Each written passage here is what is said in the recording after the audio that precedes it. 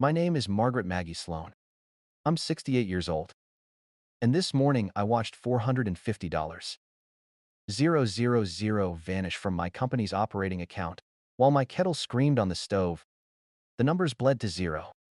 Then my phone lit up. Thanks for the house and the car. Mom. A winking smile I never taught my daughter to use. The kitchen smelled like burnt coffee and fear. My hand steadied, and something in me snapped into place.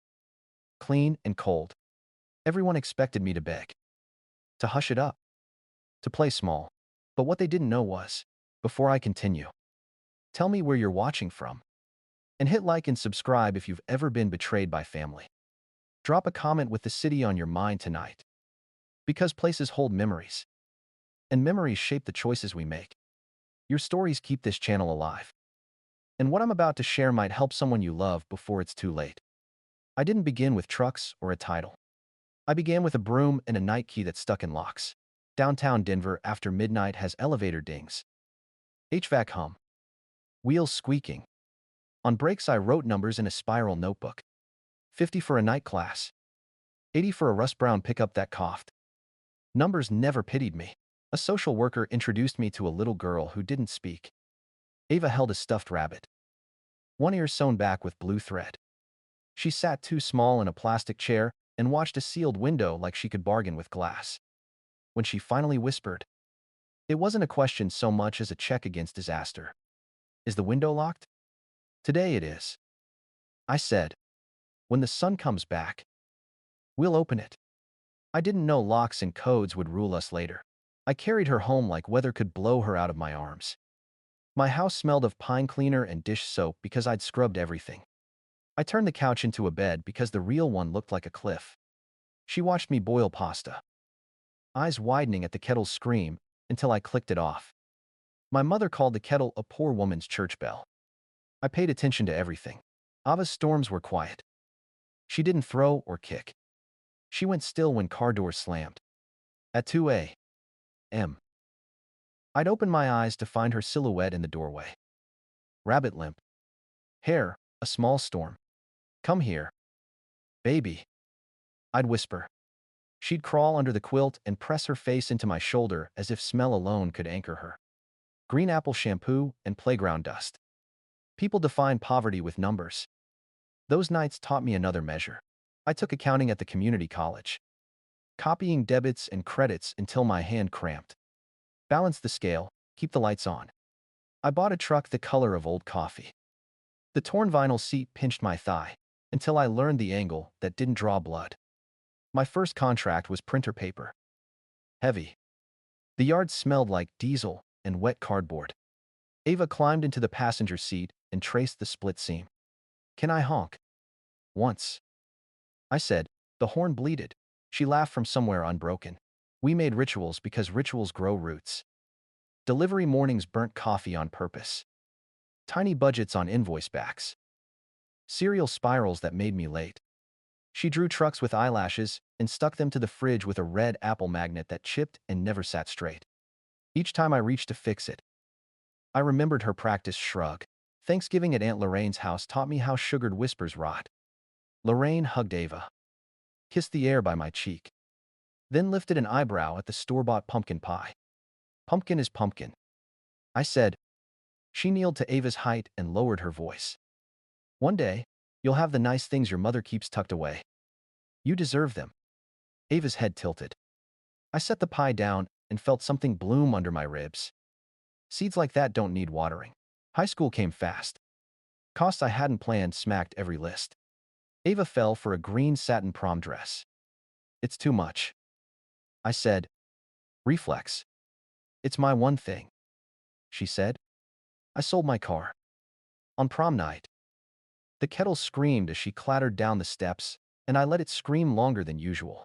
College brochures promised futures. Ava did 2 semesters and came home. Professors are fake. Money is real. Save, I said. She nodded while scrolling apartments with beige carpet. Our arguments became pauses. You make decisions and call them secrets, she said. I share what matters. I said. The rest I keep safe. Sunridge formed like frost. one plain line branching into strength. I added a second truck, then a third. I signed fewer documents in public and more behind shut doors. Strategy. The world hears a woman differently when her name is on many checks. I kept the kitchen the same. I kept the kettle. I kept the crooked apple magnet. Privacy was a lock. A banker sold me on two-factor authentication. We text your phone a code. No code. No access. She slid a brochure across the counter. I tucked it into my notebook and promised I'd read it later.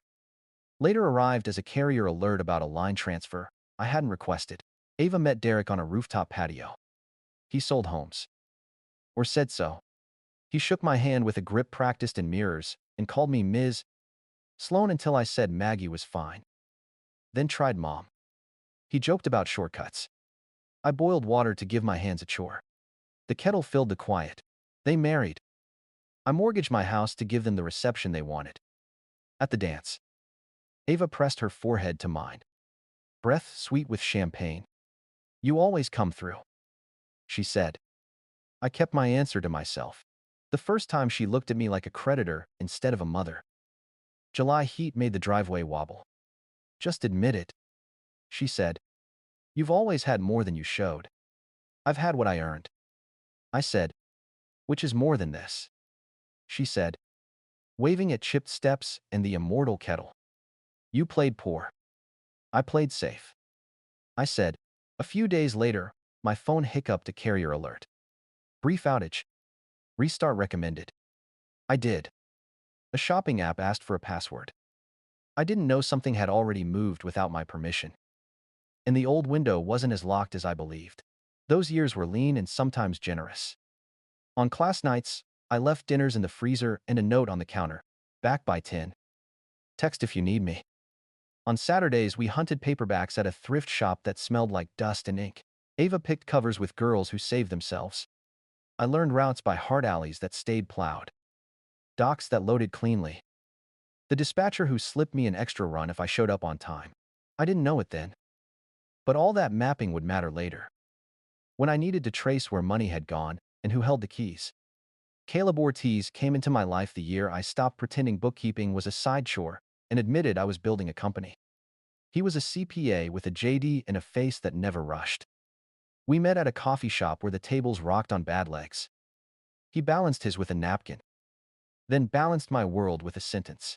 Kindness never replaces discipline, he said, sliding my handwritten ledgers back to me. If you won't protect your rules won't protect you. I wrote that line on the inside cover of my spiral notebook, and, without meaning to, on the inside of my heart, he taught me to separate accounts like you'd separate wires in a house you don't want to burn down. Operating here. Payroll there. Taxes untouched. He showed me how to lock things that never look like doors. Policies. Permissions. Dual signatures. He didn't say, don't tell your daughter. But he did say, transparency is not the same as access. I told him about Ava. About what we had survived. About how I wanted everything to feel generous, so she never felt small again. Caleb folded his hands. Generous is not the same as limitless. Sunridge grew in the stubborn way. Colorado weeds do through cracks nobody thought could support life. Contracts moved from single pages to packets. I hired drivers who taught me road slang and how to read a sky. The yard developed its own weather diesel breath. Hot rubber. The metallic song of ratchet straps. I stopped wearing the same cardigan to every meeting. I bought a black blazer that made people wait half a second before underestimating me. I learned how far to lean across a table and when to say, we'll get back to you. Even when we needed the job more than they needed us. At home I kept everything the same, the kettle. The crooked magnet. The couch that still preferred the shape of a child, because constancy can be its own kind of mercy. When Ava was 21, she wanted out of the apartment with the beige carpet and into a downtown place where the elevators smelled like cologne. It's not that much more, she said, which is a sentence that has ruined more budgets than greed ever did. I ran the math out loud because I wanted her to see it move across the air. Rent. Utilities. Commuting. Savings. I offered to match what she put away for 6 months. She agreed. Then bought a couch on credit because the showroom light made everything look free. I covered the late fee the first time because I told myself I was paying for the lesson. I covered it the second time because lessons don't always take. On the third time, I sent a screenshot of her own numbers back to her and waited. She didn't reply for 2 days. When she did, it was a thumbs up, the digital equivalent of a door half closed. Derek started appearing in our story like a watermark you only see at certain angles. He had a story for every question and a solution for every problem that involved someone else's risk. He liked to say, "It's who you know," while scrolling, as if people were buttons he could press. When he proposed, I hugged him and kept my thoughts to myself because nobody wants a mother's weather at their engagement party. I met his fixer friend Rick Stanton at a barbecue where the ribs were perfect and the conversations were not. Rick wore a watch big enough to count as a weapon and repeated every name 3 times as if he were making a spell. Maggie. Maggie. Maggie. He smiled like a loan shark who tithes. I rinsed my plate in the kitchen and stared out the window at a backyard that wasn't mine. A wind chime clinked like glass teeth. Ava and Derek wanted Willow Creek Estates because the model home smelled like cinnamon and possibility. The saleswoman waved through numbers like she was fanning herself. With the right creative package, she said, and looked at Derek. He looked at me. Mom, this is it. This is the start. He said start like a finish line. I felt every year of my life put its hand on my shoulder. What's your down payment? I asked. And the silence that followed was a language I already spoke. I didn't co-sign. I did something worse. I bought time. I paid off 2 of Ava's smaller debts, so the credit report would stop blinking red long enough for Derek to work his contacts. I told myself it was a one-time intervention. Kindness, Caleb would say later, needs a thermostat. The wedding was a bouquet of compromises bound together with hope. I mortgaged my house because I wanted her to feel celebrated, the way I'd promised her on nights she crawled into my bed to escape nightmares. Aunt Lorraine cried at the ceremony. Fat, happy tears that camera lenses love. See? She whispered to Ava when I couldn't hear, but later would imagine. Your mother had it all along. The kettle screamed in my head, though we were in a rented hall with champagne and a DJ who loved Motown more than the bride did. Ava pressed her forehead to mine and said, You always come through. I nodded as if that sentence weren't a rope. After the honeymoon, the calls started to sound like invoices with small talk draped over them. Car insurance got weirdly expensive. The landlord miscounted. Derek's commission would hit next cycle. For real. I sent money once. Then twice. After the third time, I wrote a budget on a napkin and slid it across a diner table sticky with syrup. If you follow this for 3 months, I said, I'll match your emergency fund. Derek smiled, grateful in a way that made me check my purse. Ava said thank you and folded the napkin so cleanly it looked like origami. They called less for a while, which felt like progress until I learned silence can also be the sound of plotting. At Sunridge, I installed more locks that didn't look like locks. Jenna, my operations assistant, implemented step-up verification, dual approvals, device whitelisting. I kept my phone number like it was a gate code only I knew. A carrier email landed one Tuesday, minor system maintenance. No action needed. I deleted it. The following week, a signal hiccup dropped a call with Caleb. You're breaking up, he said. Say it again. We'll need a clean paper trail for the new client. I said when the line caught. Always, he said. And Maggie, remember the sentence. Kindness never replaces discipline. I said, and he laughed the way good men laugh when they know the truth has already cost you. Ava's mood shifted that summer. She started coming by in dresses that announced a life one bracket up. Perfume I couldn't name. Shoes that made her move like a newscaster. We're just leveling up, she said when I asked about the spending. You taught me to think bigger. I taught you to balance. I said, it's the same, she said. I watched her eyes while she said it and saw where the sentence bent. Lorraine took her to lunch and called me afterward.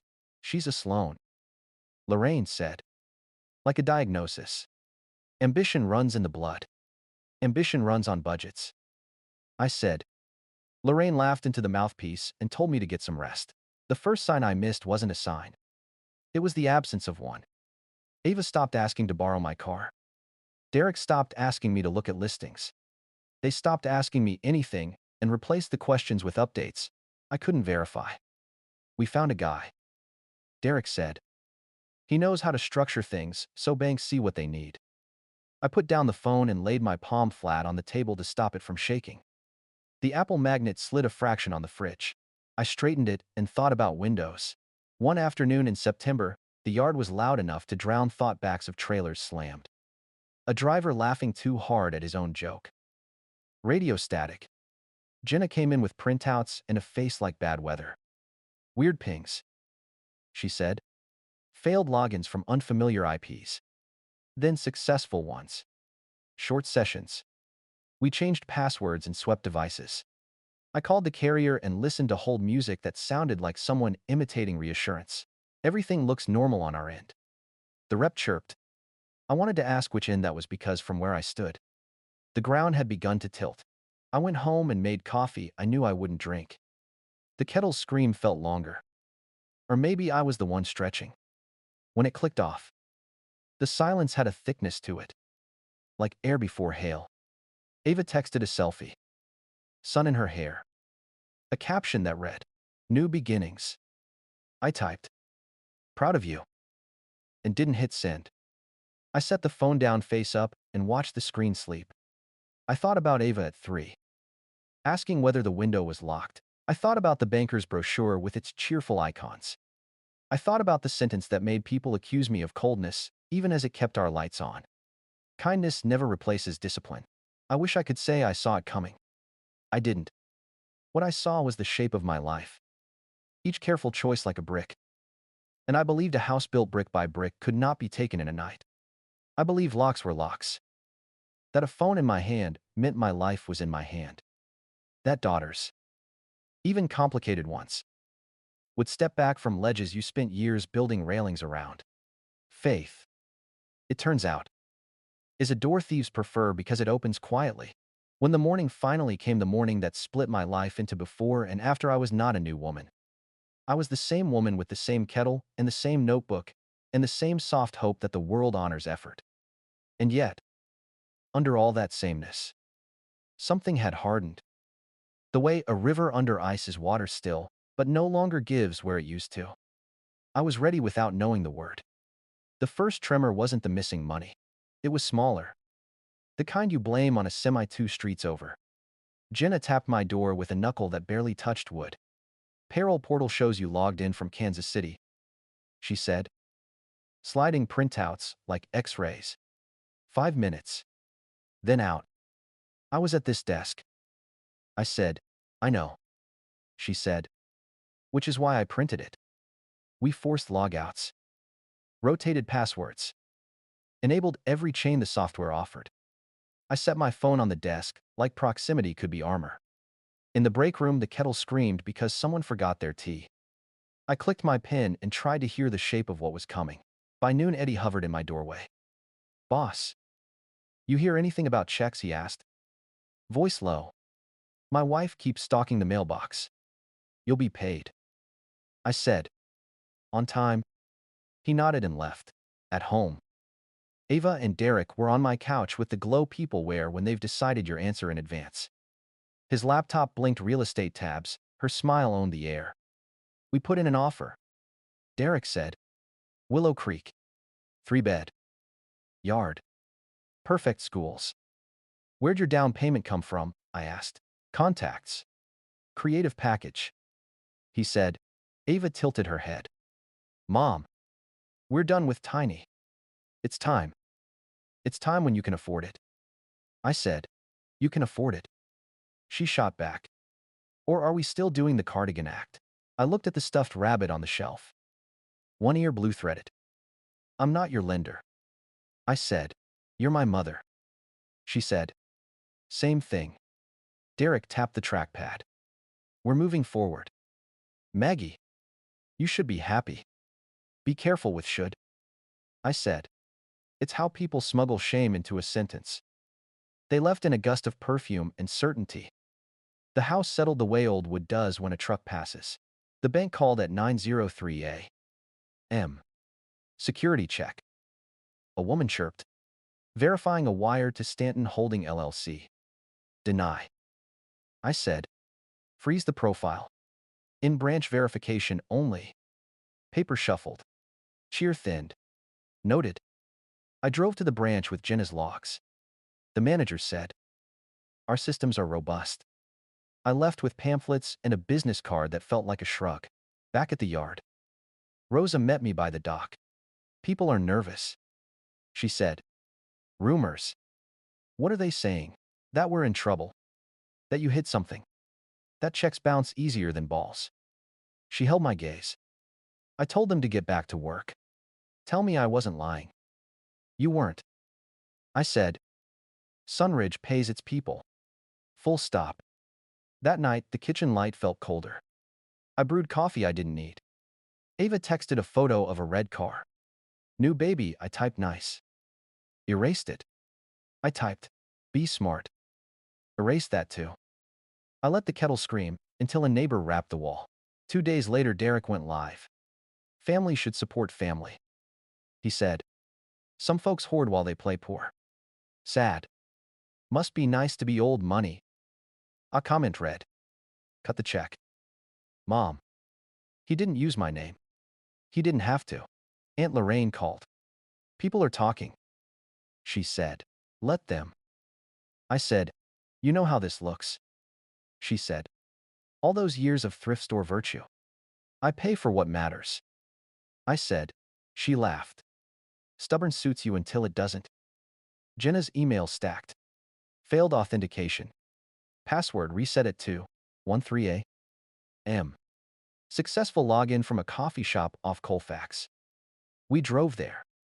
Ordered drinks we didn't want. Watched faces like guilt had to tell. It didn't.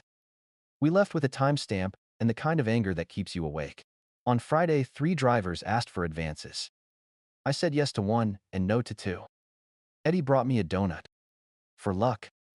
He said, luck is for people without plans. I said. Then softened. Thank you. That night, I folded laundry with the TV off and listened to the house remember me stare groan. Fridge sigh. The window ticking as it cooled. I pictured Ava at 3. Counting locks. I pictured Ava at 27. Counting the ways I'd failed to turn my life into an ATM. The kettle screamed. I didn't stop it until the sound sharpened into courage. I stood very still. On Monday, Jenna brought a printout that looked like a heartbeat spikes. Then a flat line. Operating account. She said, small transfers. Same destination with tiny variations. Stanton Holdings. Stanton Holding. Stanton HH. LLC. She tapped the total. They're testing the fence. How much? I asked. 8,000. In crumbs. Crumbs make loaves. I said. I called Caleb. Papers whispered on his end. Immediate controls. He said. Dual signatures over 1,000. Physical tokens. Pull device logs. New phones for you and Jenna. And Maggie, prepare yourself. If it's internal, it will hurt. It's not internal. I said too fast. Then we'll prove it. He said. Remember the sentence? Kindness never replaces discipline. I said. By mid-afternoon, we were in the conference room with blinds shut. Jenna spread screenshots like crime scene photos. We walked the timeline. SIM swap tells. Coffee shop logins. The near wire to Stanton. 3 dates Ava had dropped off lunch for Mom. She hugged Rosa. Waved at Jenna. Left with a candy. On the last visit, the carrier maintenance email hit my inbox. Correlation isn't causation. I told myself. And heard the phrase pretend to be wisdom. Do you want me to call her? Jenna asked. No. I said. We move facts. Not feelings. At 5. An unfamiliar number rang. Ms. Sloan, a voice said. Judith with Willow Creek Estates. Confirming the cashier's check for earnest money. Congratulations to Ava and Derek, welcome to the neighborhood. What bank issued it? I asked, First Frontier. She said, I called First Frontier. We can't discuss client specifics. The rep said, they used my company's account. I said, discuss it. Hold music. A second voice. Ms. Sloan. Please visit a branch. I'm done visiting. I said, freeze anything tied to Sunridge Logistics. Now. Understood. I drove to Ava's building and watched glass doors inhale and exhale strangers. I went up without texting. She opened in a robe. Hair pinned with a gold clip. You can't just show up. She said, I can when my money does. I said, what money? The earnest money. The car. The crumbs. You're paranoid. She said, paranoia pays better than denial. Derek walked out, still tucking his shirt. We're adults. He said, stop policing. Use my operating account. I said, he blinked. You always said the business was family. I said the company feeds families. I said, not that it was a buffet. Ava tilted her head. You played poor. Mom, you wanted me humble. You can afford to help. I did help years of it. I said, now you're punishing me for taking what was promised. She said, promised by whom? I asked, by decent parents. Derek said, something in me went still. Pack a bag. I said, you're about to learn what consequences look like. You wouldn't. Ava said, I would. I said, and I will. I stepped into the hall and called Caleb. File it. Emergency TRO. He said, size your warrants. If needed. U.S. Marshals. Ready for the noise. Noise is cheaper than collapse. I said. The next day moved like an action sequence. We swore statements. Attached logs. A judge signed. And paper turned into people in jackets. At Willow Creek. A red car rolled onto a flatbed while a neighbor filmed.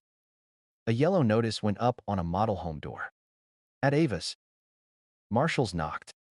Ma'am. We have a warrant to seize assets purchased with misappropriated funds. Derek tried charm. Then volume. Neither worked. Ava cried. A sound I hadn't heard since childhood. Calls I Letty. Text stacked. Comments under Derek's video flipped. Guess the money wasn't hers. Oof. Awkward. Aunt Lorraine left a voicemail that began. How could you? And ended. Call me. I didn't. Back at the yard. Eddie hugged me quick. Then looked away like privacy was a paycheck. Rosa faced the crew. You've got jobs. The boss has your back. The rest is noise. Jenna set a folder on my desk, a trail clean enough for court. I put my palm on it the way you do a newborn's back. Feeling for breath. That night, I let the kettle scream and didn't fear the sound. It was loud, neighbors peered. But it was mine. I turned off the burner and listened to a quiet that wasn't empty. The kind that means the next move belongs to you. December in Denver makes marble feel colder. The U.S. District Court atrium held its own weather wet wool. Copie ozone. The hush of people trying not to breathe too loud. Cameras nested on the steps like patient crows. I wore the black suit. The small pearls. The face that doesn't flinch. When the clerk called our case, I stood. Ava sat at the defense table in a gray suit that didn't fit her life. Her hair lay flat. Even vanity had gone quiet. Derek slid into the second row. Jaw tight. Eyes slippery. Aunt Lorraine kept her mouth small. Her coat a statement in a color called Old Money. I didn't look long at any of them. Familiar faces can drown you. All rise. We rose. Judge Eleanor Whitaker took the bench stern without theatrics. The seal above her made every word heavier. AUSA Nathan Pierce faced the jury. Buttoned his jacket. And used a carpenter's voice. This isn't a family misunderstanding. He said. It's embezzlement. Wire fraud. An aggravated identity theft that endangered real paychecks. A screen woke up behind him. Jenna's flowchart marched across it, dates. Times. Amounts. Destination names mutating by a letter each time as if shame could be disguised by spelling. Stanton Holdings. Stanton Holding. Stanton HH. LLC. He clicked again. SIM swap affidavit from the carrier. Coffee shop IP logs off Colfax. The near wire, I stopped mid-flight. $580,000. He said, and let the number sit on the air like a hand on a chest. The defense rose a young attorney wearing a haircut that wanted to be older. Ms. Sloan grew up in opacity. She believed these funds were promised. This is not a criminal mind. This is a daughter. I felt the jury glance at me without turning their heads. I kept my hands folded in my lap and breathed through my nose. Caleb took the stand first. Right hand. Oath. Quiet authority. He explained operating accounts like plumbing pipes you don't steal from if you want lights and wages to flow. These withdrawals don't match payroll cadence. He said, they match retail hours. The defense tried inheritance. Caleb didn't blink. Inheritance doesn't come from payroll at 1:147 p.m. Jenna followed with printouts and a chin that didn't tremble. Failed 2 FA challenges from unfamiliar IPs. She said. Then brief successful sessions. Transfers to near-identical entities. The defense tried sarcasm. Are you saying Ms. Sloan hacked a bank? Jenna kept her voice even. I'm saying the SIM tied to authentication codes was swapped. If the phone is the key ring. Someone made a copy. Rosa walked slow. Sat like her knees hurt. And spoke for the people who keep a company breathing. When checks were late. Men who don't ask for help asked me if they should look elsewhere. Wives cried in grocery aisles. I told them to hold the line because I believed the boss would fix it. The judge sustained an objection. Trimmed the edge. Left the harm. When it was my turn. The microphone smelled like tin. Pierce measured his questions clean. I told the story in pieces that clicked together in night key. A rabbit's blue-stitched ear. Kettle whistles. Diesel mornings. The cheerful 2 FA brochure I trusted too much. The selfie caption New Beginnings. The call from Willow Creek congratulating me on money I never sent. Did you authorize your daughter to access Sunridge's operating account? Pierce asked. No. Did you give her your phone? Your SIM? Your codes? No. Did you intend to buy her a house and a car with corporate funds? No. The defense held up a reception photo, my hand on Ava's cheek. You told her you'd always come through. I did. I said. With love. With boundaries. He waited for me to break. I didn't. In closing. Pierce didn't swell the music. He put Ava's text on the screen. Thanks for the house and the car. Mom. The soft knife of a smiley wink without the graphic. This case is about choices. He said. Repeated. Deliberate choices. The jury left. The room exhaled. I counted imperfections in the courtroom, seal instead of watching my daughter's face fracture. They came back fast. The foreperson handed paper to the clerk. The clerk to the judge. Russell. Russell small sounds for a large pivot. On count 1. Embezzlement. Guilty. Count 2. Wire fraud. Guilty. Count 3. Aggravated identity theft. Guilty. Ava folded inward. Shoulders to ribs. Derek's mouth opened. Then remembered whose room this was. Aunt Lorraine stared into the grout. Sentencing spliced to the verdict in memory. Judge Whitaker's cadence didn't gloat. The magnitude here is not just dollars. It is disruption to 20 families and to the integrity of a company built over decades.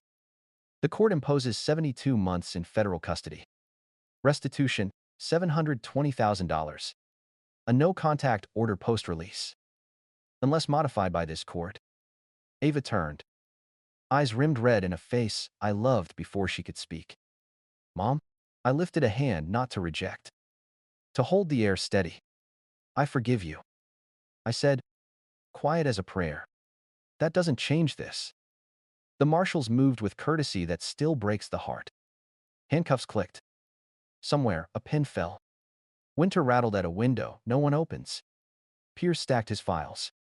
Caleb squeezed my shoulder. Jenna didn't smile. She nodded once. A soldier's signal. Rosa left to call the drivers. Work doesn't pause for verdicts. On the steps, microphones butted like reeds. Statement a reporter asked. I kept my voice low enough to make them lean. Kindness never replaces discipline. I said. Today was discipline. Flashes popped. Derek disappeared into a crowd that suddenly had no room for him. Aunt Lorraine adjusted her coat and looked past me. As if past could erase. I went home.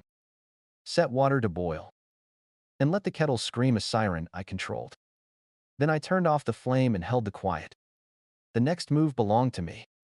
And it wouldn't be loud. It would be meticulous and patient. Like everything I've ever built. They thought they'd gutted me. All they did was hand me my weapon. I didn't celebrate. I audited. The night after sentencing, I spread files across my dining table like a map of a country I intended to patrol. Caleb came over with a thin laptop and a thicker folder. Jenna arrived with a portable drive the size of a matchbox. We didn't toast. We plugged in. Start with flow. Caleb said. Money in, money out. No opinions. Just paths. The forensic package took form the way a photograph appears in developer faint outlines. Then, dark truths. Every transfer Ava made had a twin shadow on Derek's side. A referral fee here. A consulting invoice there. All roads edging back toward Rick Stanton's shells. Stanton Holdings. Stanton Holding. Stanton HH. LLC. Watching the names mutate by a letter each time felt like tracking a snake through dust. Not proof yet. But a direction. Jenna slid over a second stack. Carrier logs. She said. The day your line hiccuped. A SIM change request hit a kiosk across town. They recorded a driver's license that was almost your face. She zoomed. A woman who could pass for me if you didn't know me. The smile too wide. The hair wrong by a shade. Stanton's fixer has a girlfriend. Jenna said. Works part-time at a salon next door. Coincidence. I said. And heard the word, try to talk me to sleep. Pattern. Caleb said. I opened a banker's box I hadn't touched in years. Inside was a binder labeled Sunridge Trust Ethical Clause. My pen had underlined a sentence I barely remembered writing. Upon any beneficiary's commission of financial or moral fraud, disbursements shall suspend and redirect to Sunridge Scholarship Fund for dependents of hourly employees. The clause folded the air around us into a neat square. You built the lock years ago. Caleb said. We just heard the click. We don't announce it. I said. We let it work. I drafted 2 letters. One to the scholarship board, triggering the clause. Another to an AUSA in financial crimes. Not Pierce, someone whose desk didn't touch our case. I included the forensic breadcrumbs vendor names. Timestamps. Invoices with typos that repeated like a stutter. I did not accuse. I asked a question. Would your office advise on whether these patterns merit independent inquiry? Polite is a blade if you sharpen it. Around midnight, I stepped onto the balcony. Penthouse glass breathing back city lights. The front range cut a black line against a colder black sky. I thought about Ava's letter one day. Maybe years from now. Asking for a meeting with a counselor present. I thought about saying yes and meaning it. Forgiveness. To me, has never meant forgetting. It means living wide awake. Before bed, I set water to boil. The kettle rose to its thin scream. I let it carry a full breath. Then turned off the flame. Silence settled like snow soft. Decisive. They believed they had stripped me. But the ledgers say otherwise. I have locks they never saw. I have time. And I have a question moving quietly through federal corridors toward men who mistake charm for cover. If you've ever felt like the outsider in your own family, subscribe. Tell me where you're watching from and share the moment you realized love without boundaries isn't love at all. Your comments help someone else draw a line. Keep a job. Or sleep without fear. If this story stirred something anger, relief, a plan, drop it below. I read them. I answer when I can. And if you know someone who keeps paying other people's debts with their peace, send this to them tonight. We build strength here. One honest story at a time.